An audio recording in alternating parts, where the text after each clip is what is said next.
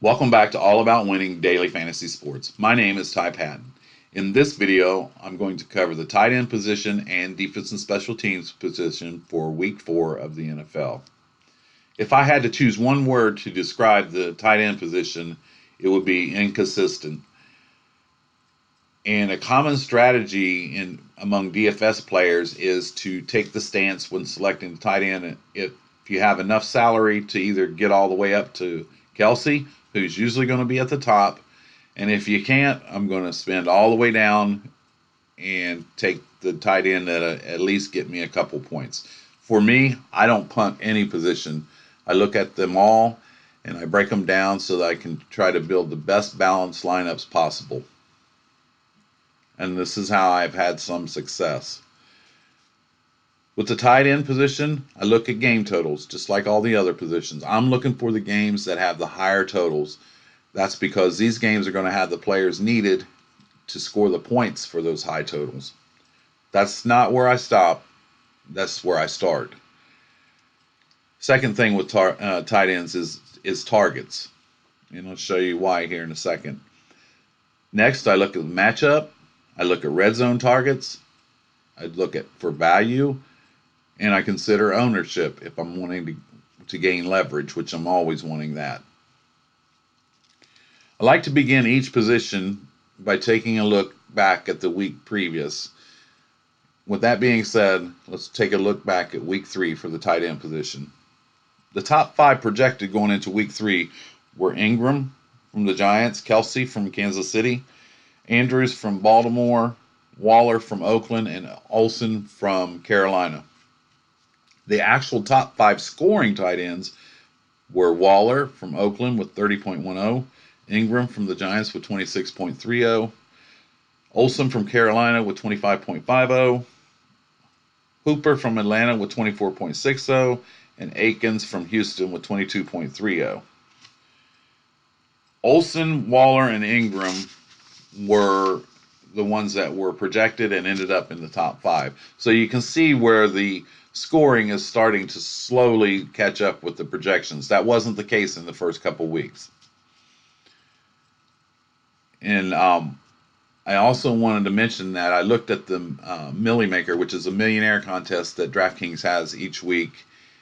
And in the first 3 weeks, 2 of the contests had Ingram and 1 of the contests had Kelsey. Now I'm going to break down those numbers even further. I'm going to do it by targets.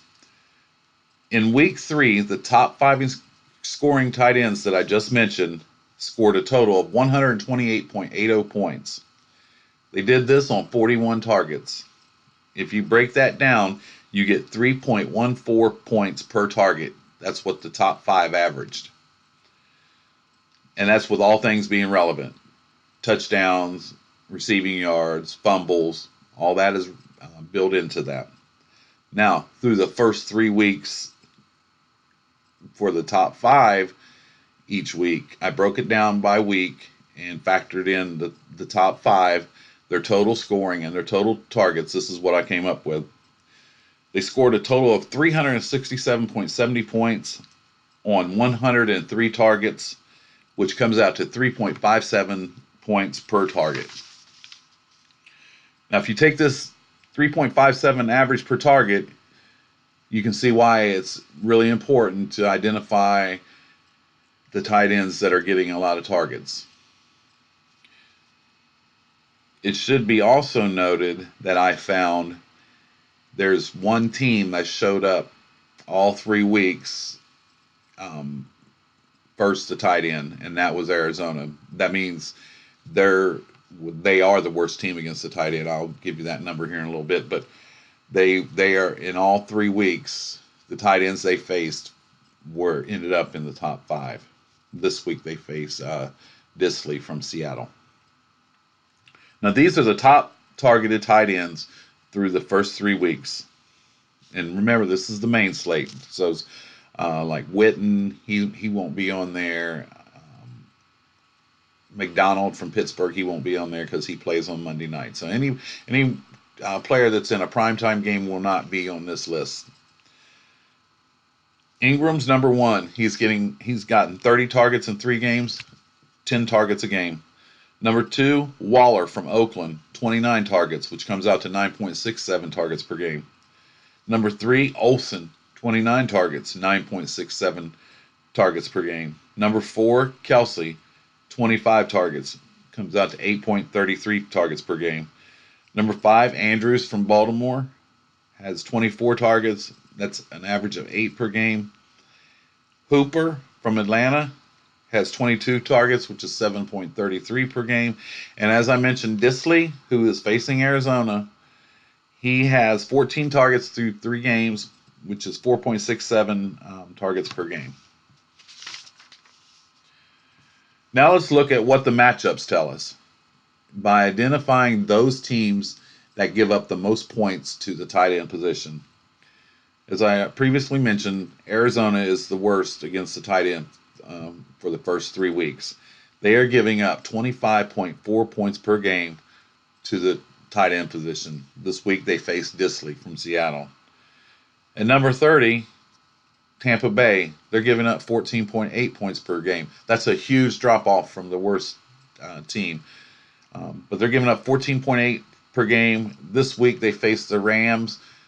The problem with the Rams is they have Everett and Higbee, and I'll give you a little information about Higbee when we move down to red zone targets. Number 29 is Miami. They're giving up 14.2 points per game to the tight end position. This week they play the Chargers, Virgil Green. Number 28 is Indianapolis. They're giving up 13 points per game to the tight end. This week they play Oakland and Waller. It's a really nice value with Waller. He's $3,300, I believe. No, I'm sorry, $5,200. His salaries went up quite a bit. That's what it was. And number 27 is Kansas City. They're giving up 12.1 points per game. And this week they face Detroit's Hawkinson, the rookie from Iowa. Now, cross-referencing this list, the tight ends that are facing the defenses that are the worst against the tight end with the tight ends that are getting the most targets, Waller is the one that stands out. He's getting 9.67 targets a game, facing Indianapolis, who's giving up 13 points per game to the tight end position. And again, Disley is scoring or getting 4.67 targets per game and facing Arizona, who's given up 25.4 points per game to the tight end.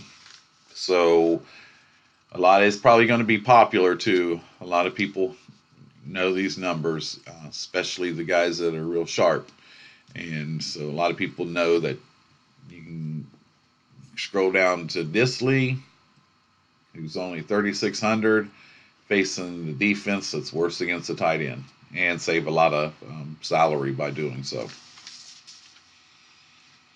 Now let's identify the tight ends that are getting targeted the most in the red zone. This is really important. The numbers aren't really big. There's only 3 weeks. And I've explained in my other videos, tight ends or touchdowns are really inconsistent and not something that you can depend on.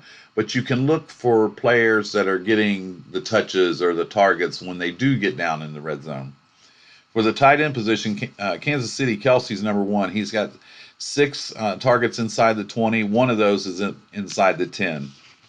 Hooper has received 4 targets inside the 20. 2 of those were inside the 10-yard line. Waller from Oakland has 4 targets inside the 20. One of those was inside the 10. Ingram from the Giants has 4 targets inside the 20. 3 of those 4 were inside the 10-yard line. So Manning and the new quarterback Jones are going to Ingram. Andrews, he's received 4 targets inside the 20. 2 of those were inside the 10. And Hurst from Baltimore as well has received 4 targets inside the 20, and 2 of those were inside the 10.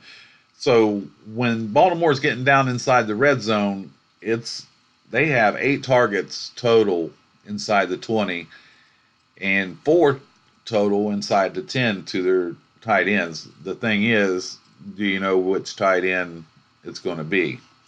And if I had to pick, I would probably go with Andrews, since he's one of the top tight ends when you look at targets. Disley from Seattle, Everett from the Rams, Higbee from the Rams, Hawkinson from Detroit, Akins from Houston, Olsen from Carolina have all received 3 targets inside the 20. And what I was going to tell you about Higbee, he's received 3 targets inside the 20, and all 3 of them were inside the 10-yard line. So when they get down there, they might use golf between the 20s and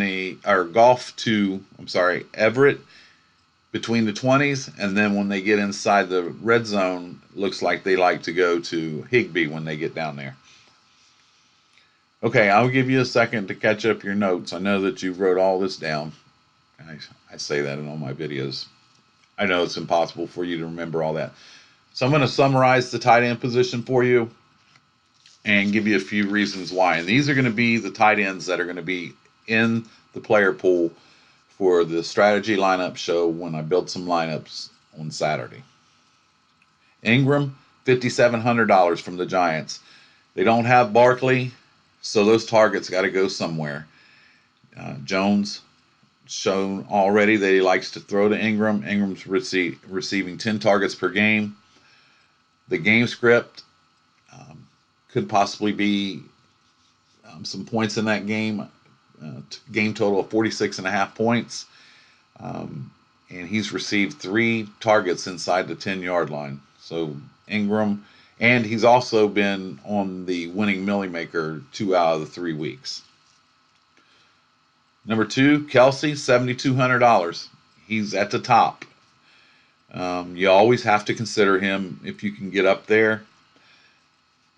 He's received 6 red zone targets, and one of those was inside the 10. The way I look at Kelsey, if everyone else is going to spend up to get him, the ownership shows that's where everyone's going, I'm going to try to find value elsewhere and get leverage that way. But if everybody else is trying to find leverage by spending down at tight end, those are the weeks that I go to Kelsey.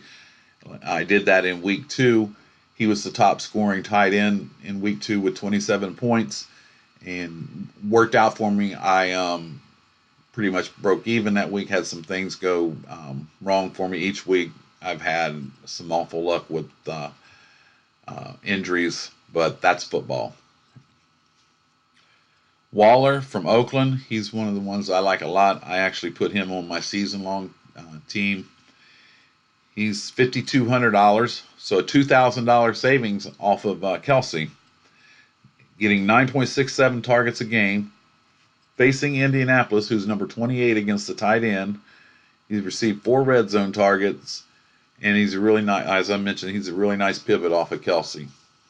I'm going to be watching his ownership. $3,300, Hawkinson from Detroit, facing Kansas City, who are giving up 12.1 points per game to the tight end. The game script could be really valuable in this game. It has the highest total on the board at 54. You can see a situation where Stafford gets to airing it out towards the end of the game, or if they get behind, they'll definitely be switching to the passing game, and Hawkinson has received a pretty good amount of targets from Stafford. Everett from the Rams, $3,200, facing Tampa Bay, who's given up 14.8 points per game to the tight end.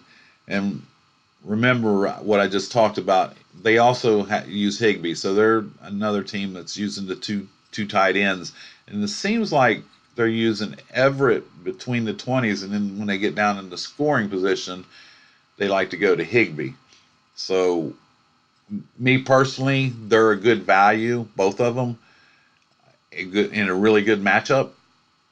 But I will probably stay away from that because you really don't know. And if I had, and I hate to try to project touchdowns, but in this situation, if I had to choose between the two, I'd probably go to Higbee because that's where they've been going to in the red zone. And it seems like if he's touchdown or bust, if he doesn't get a touchdown, you're not going to get many points out of him.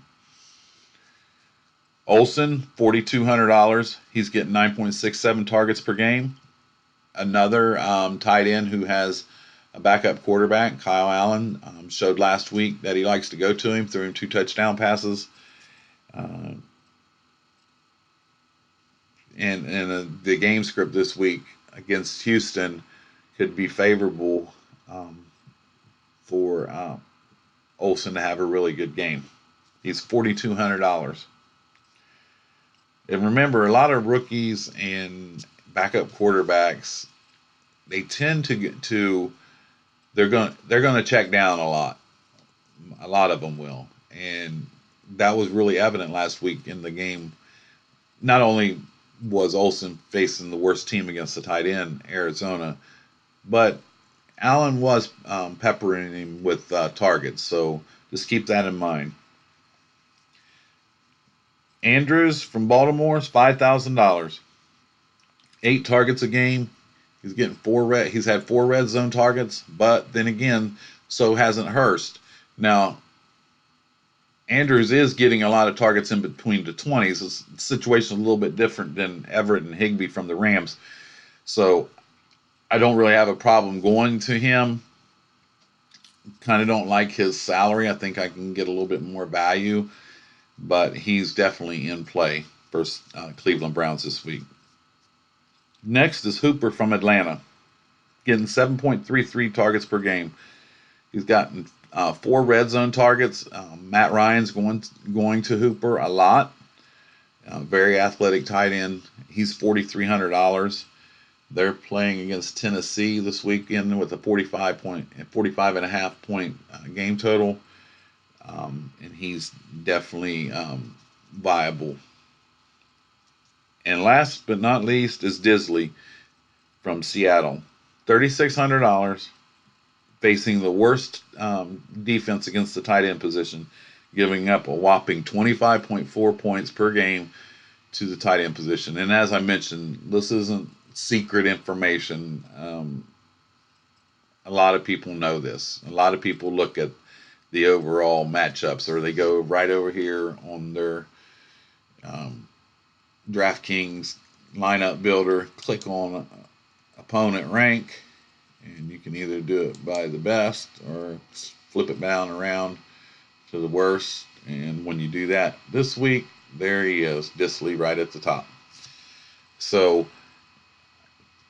I'm not afraid to use players with higher ownership in some places and to get leverage in other places. But I just want to remind you that's not like it's a big secret. But he's definitely usable. The salary at $3,600 would allow you to spend up in other places. And one of his targets inside the 10, remember, he scored a touchdown last week on the last play of the game against New Orleans. It was the last play. It didn't matter.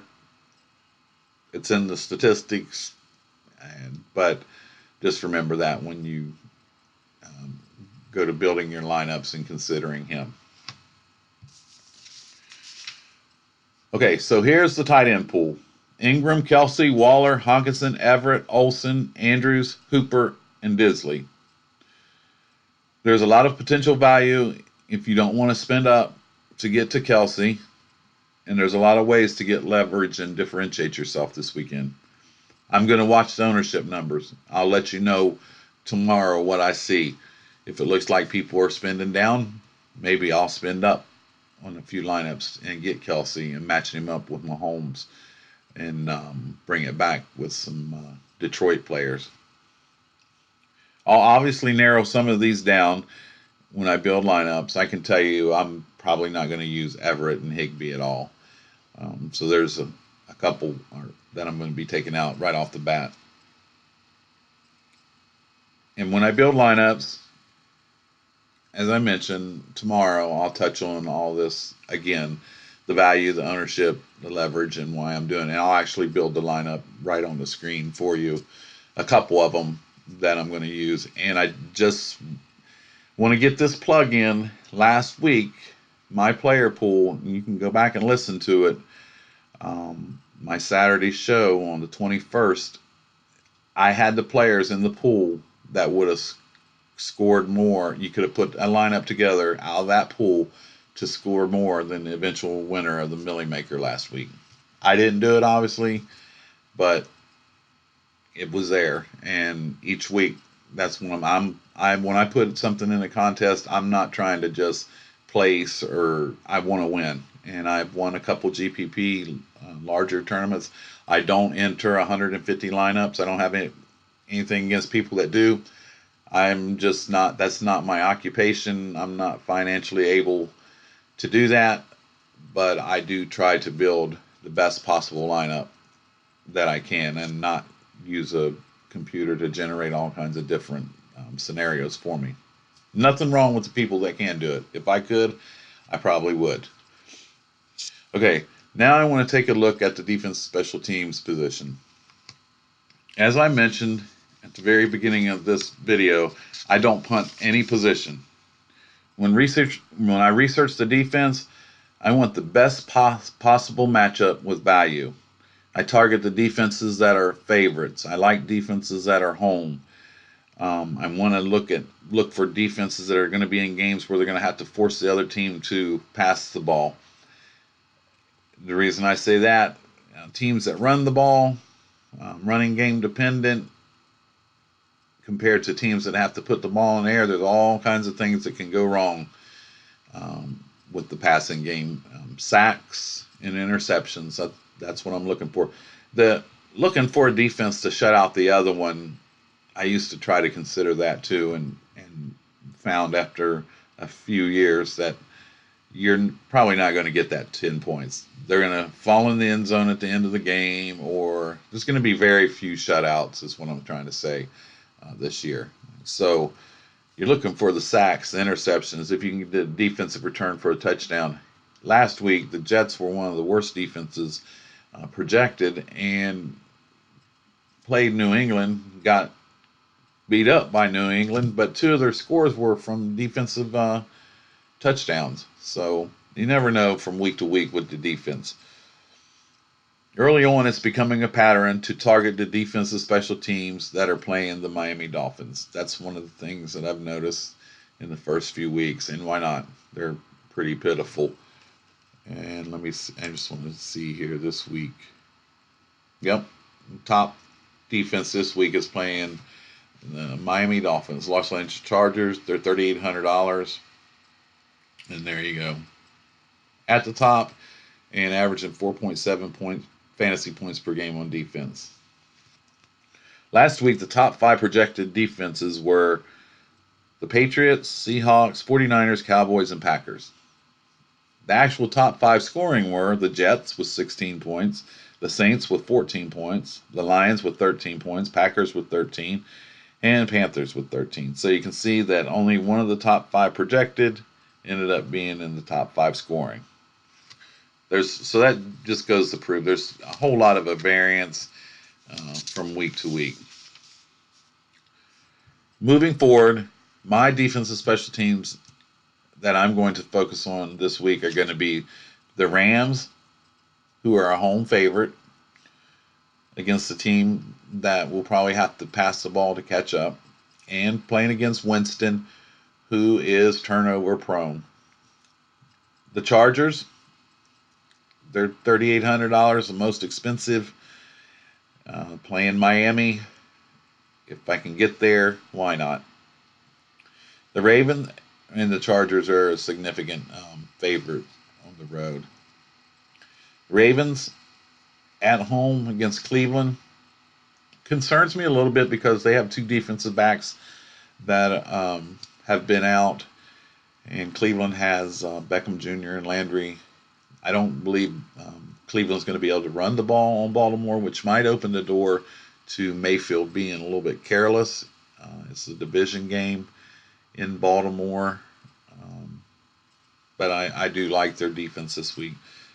Seattle against Arizona. Seattle is an away favorite, playing against the rookie Murray, who's had some turnover problems, and this could be a game where there's going to be a whole lot of passes. Chicago at home, division game. Chicago looked really good on Monday night against Washington. So, I mean, it was Washington, but they did pretty much shut down the running game. So this could be another instance where they have to, where they force Minnesota to the air. And as I mentioned, a lot of things can go wrong when you have to pass. And then when you have to pass and you face a team that can put pressure on you, a lot of things can really go bad. And another team is the Colts at home. They're playing the Raiders. Nice favorite, and their price, they're one of the low. They're actually $3,100. So those are some of the defenses that I'm targeting this week. A defense special team is important, and perhaps you can get lucky if you just scroll all the way down to the bottom and pick the Lions, get you a defensive return for a touchdown, and get your points that way. And if you look from the number 1 to the number 5 last week, there's only 3 points to separate them. Now, in week 2, New England scored 37 points, and that's what I was going to say. They had a great matchup in that week. It was against Miami, and honestly, as an outlier, but New England was in all the winning lineups that weekend. Okay, I'm going to wrap this up and get started on building lineups and putting together the strategy show for tomorrow. I'll be posting that hopefully before noon, and we'll take all the players that I've researched through this week, go through them, might add a couple, subtract a couple, but you'll have them all. I'll show you how I can build lineups using just those players. Those are the players that I'll be using on Sunday, and put some lineups together. Hopefully help someone with their research put some winning lineups together. I appreciate the people who have reached out and gave me some encouraging comments, and I appreciate your time. I'd ask you to subscribe, hit that notification bell so you get an alert when I do drop my videos. Hit the like button if you get some value. You probably won't know if you got value until Monday, but like I told them last week, you can take it back if it doesn't work out for you. But I'm pretty confident that this is going to help someone out, and I'll be rooting for you because I'll be rooting for myself. I'll be using the same players. So with that, I'm going to go. I'll see you guys tomorrow with the strategy lineup show. Have a good evening. This is all about winning daily fantasy sports. My name is Ty Patton. Good night.